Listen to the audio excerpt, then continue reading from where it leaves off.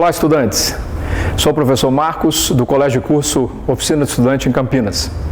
Que tal se agora a gente pensasse em mais uma situação de inscrição, um sólido dentro do outro, lá na geometria espacial? Uma outra situação muito famosa é aquela do octaedro regular inscrito num cubo, de tal maneira que os vértices do octaedro são centros das faces do cubo. Caramba, difícil de entender, hã?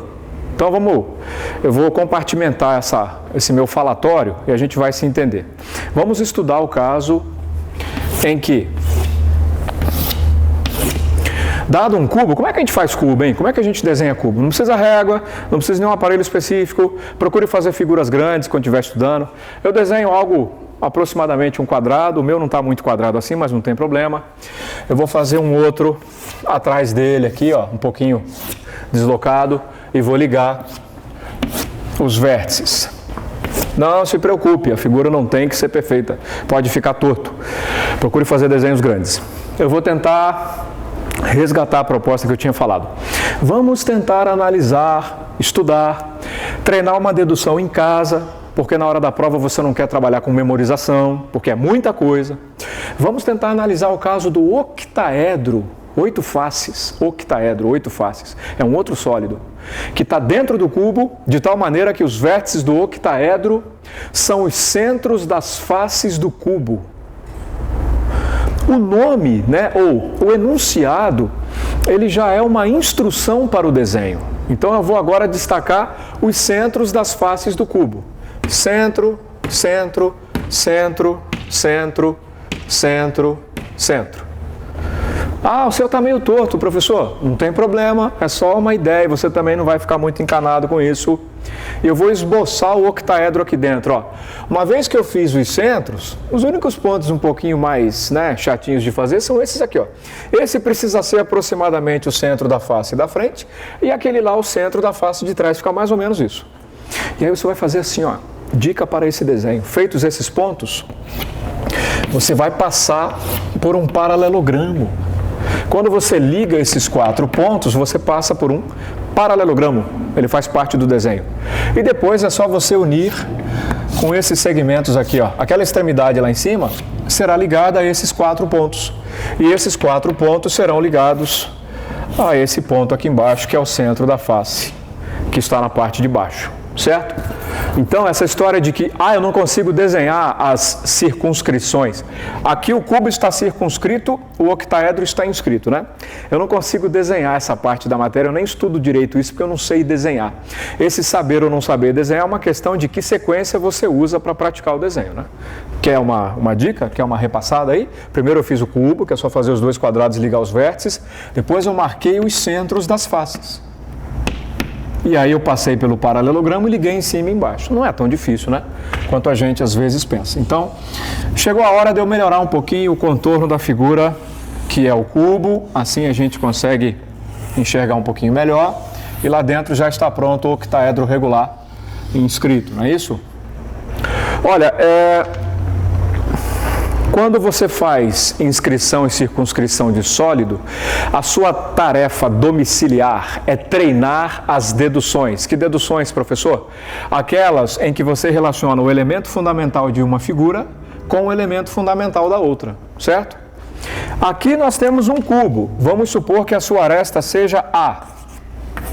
Cubo é aquele paralelepípedo reto retângulo que apresenta todas as dimensões ou arestas congruentes, tá? Comprimento igual a largura igual a altura, uma das figuras mais famosas. Ninguém tem dificuldade com o cubo, certo? Agora, lembra de como foi explicado, definido, caracterizado, mencionado no suposto texto do enunciado? Esse octaedro é aquele sólido cujos vértices estão nos centros das faces do cubo.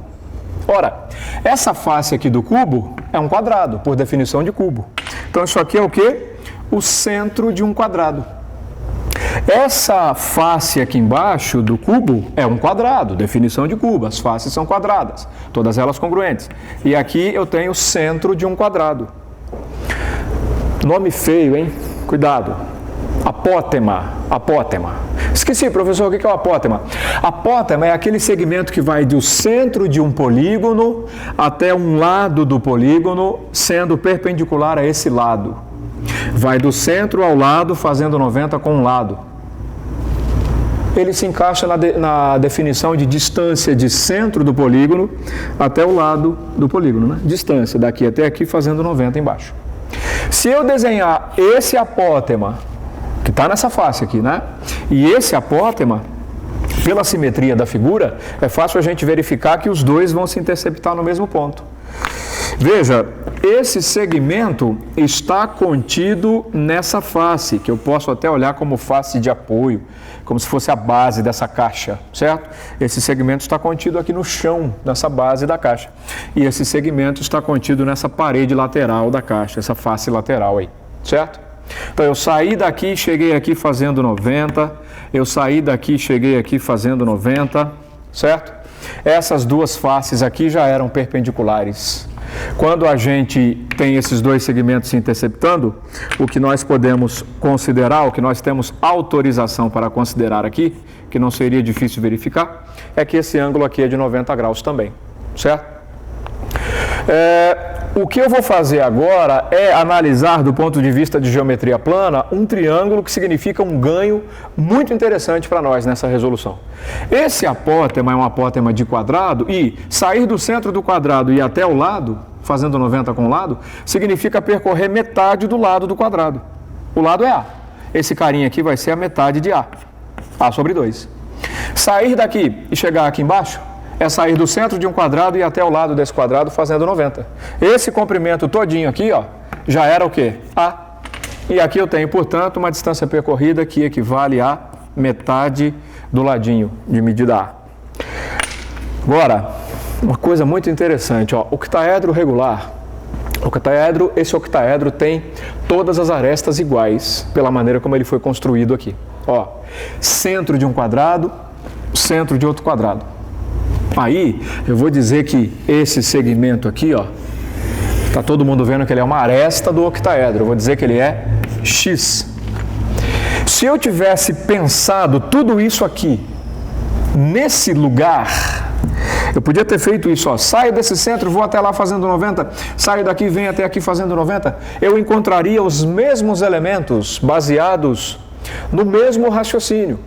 Então, se isso é x, eu teria x aqui também, por congruência, né? Isso também seria a sobre 2, 90 e a sobre 2. Eu podia ter pensado isso também aqui, ó. É mais difícil de enxergar, mas é a mesma coisa. Esse cara é centro da face, esse cara é centro da face. Eu podia ter saído daqui e ido até essa aresta da caixa, fazendo 90 com ela. Ó, podia ter saído daqui e atingido a aresta novamente fazendo 90. E eu teria as duas fazendo 90 entre elas. Eu teria A sobre 2, A sobre 2, o que obrigaria essa arestinha aqui do octaedro a ser X. Por esse raciocínio, que vai se repetindo em qualquer lugar que você escolha, dois vértices do octaedro, você é obrigado a admitir que todas as arestinhas laranjas que existem aí, essas aqui, ó, do octaedro, não sei se vocês estão vendo a cor, né? Elas valem o mesmo X. Então, se eu calcular esse x, eu estou, portanto, calculando qualquer uma das arestas desse octaedro aí. Tá certo? Então, essa dupla pirâmide que aparece aí dentro, com o nome de octaedro, pode ter a sua aresta x relacionada com quem? Com A.